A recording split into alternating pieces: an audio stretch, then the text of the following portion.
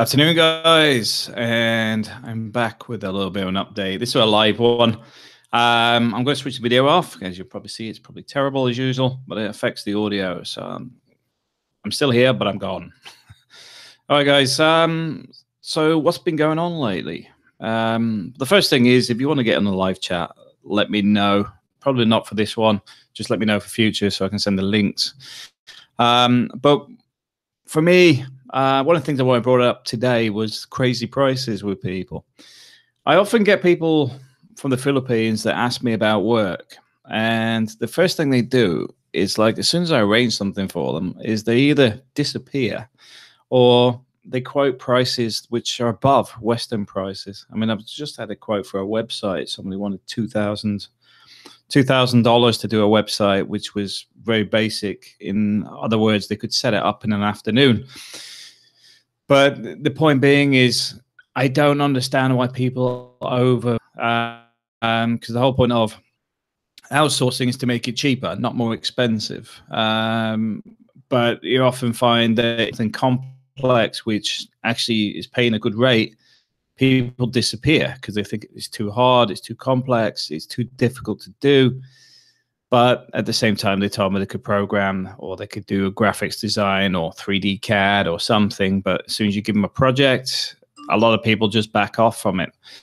That's rather strange, but be aware of that, because sometimes you sit there in frustration trying to help people that often seem to lose interest. You know, as soon as something actually comes forward that is solid, could be long-term, etc., they don't got time, too busy, got other things to do, or just a no-show. So bear that in mind, because it's one of the things I do get a bit frustrated with, is when people don't turn up or tell me they need work. When you give it to them, they disappear.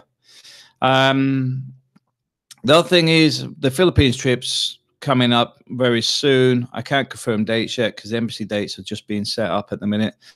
But it won't be very long until I'll be touching down in Cebu. I hope it's not Manila first. I don't like going to Manila. I've got to admit that. I do find it a bit of a pain. I like going straight into Cebu, and well, it's home for me. It's the town that I'm familiar with, so it suits me. So yeah, so that's coming up. The appointments are booked, the hotels booked, flights already arranged, confirmation after the visit. Because what you have is you go up to Manila, go at the Spanish embassy, they come back for the confirmation. Now that could be a few days.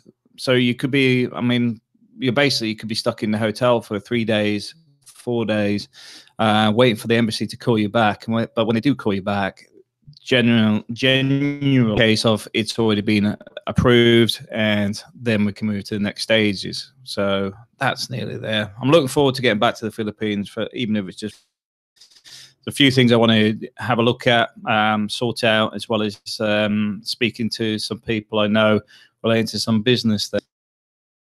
Austria, as you know,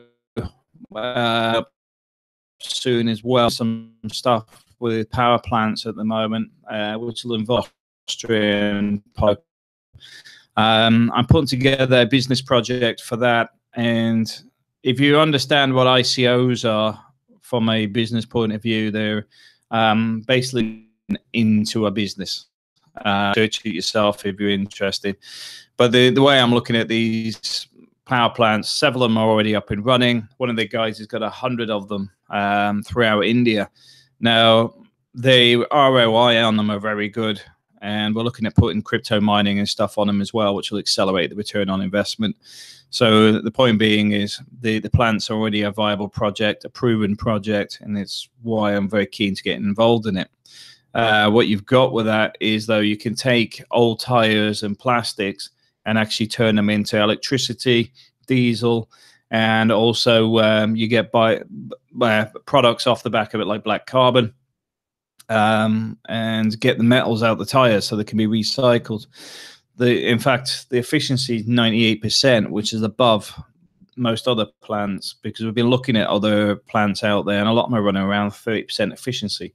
These are 98%. They go working on it for the last 5 years, but they've actually been in the industry for a lot longer. I mean, they've been running plants for a long time, but I think it's primed for launch, which is why I'm sort of on board on that and trying to grow the business, and currently selecting some clients to work with to get the first plants launched and then build some more on the back of that. So that's what I've been busy with lately.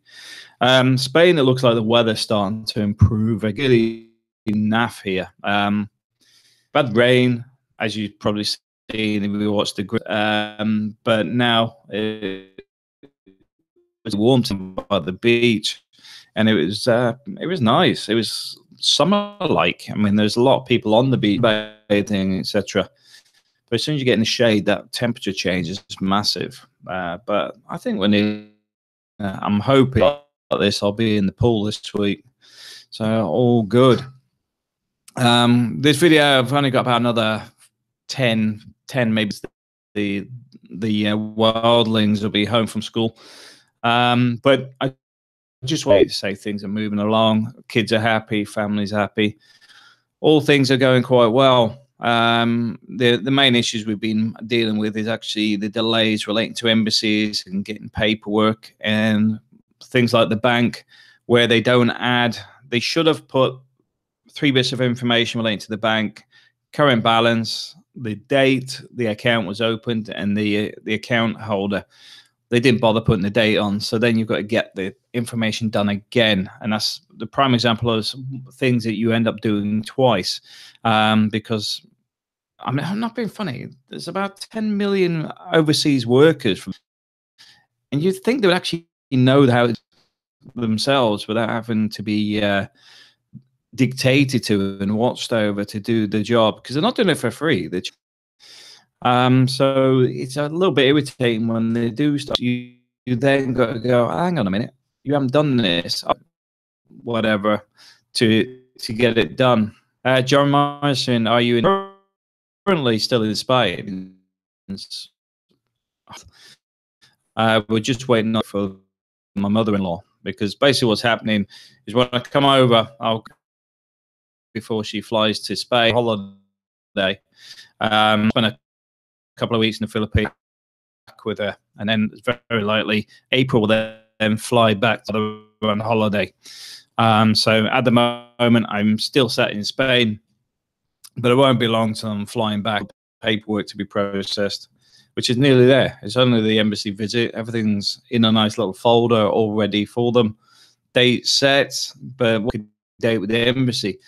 If you have something you're waiting for, and I do recommend this, is book the appointment anyway. You can always move an appointment forward, because even in Spain, it's a similar problem. If you say, well, I'll do it this month, well, the next time you look at the appointments, it could be another 8 weeks before an appointment's available, because you get these bookings where people are going abroad for holidays or whatever, and the embassies become very, very busy. So I do recommend, if you have paper, book your appointment early, and you can wait for the paper.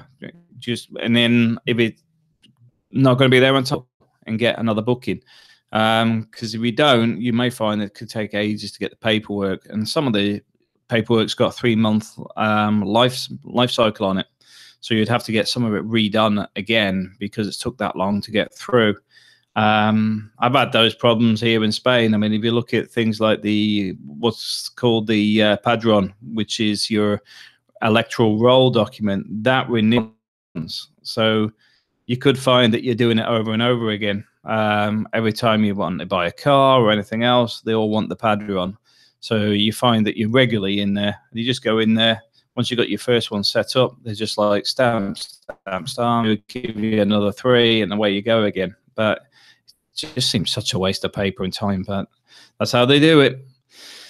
Well, anyway, guys, it's a bit quiet today. I just thought, but anyway, hope everyone has a great day. Feel free to leave questions and comments below, and any questions I'll add on the next live feed. Everyone have a great day. Thank you.